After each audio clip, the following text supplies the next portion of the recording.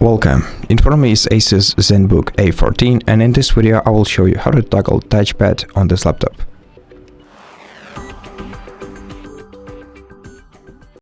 So the easiest and fastest way to do this is by pressing F6 to disable and enable your touchpad. And if F6 button doesn't do anything for you, then lock your function keys by pressing Fn and escape buttons simultaneously. Once you see locked Fn key, you can use this button to toggle your touchpad. Now, the other way to do this is by opening the start menu, going to settings, then Bluetooth and devices, scroll down to touchpad and toggle it on or off by switching this toggle.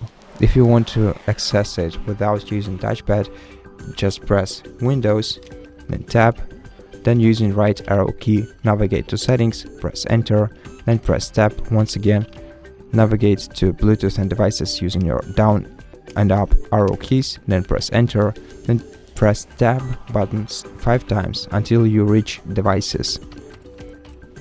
Then use down arrow key to navigate to touchpad, and to switch this toggle, use spacebar.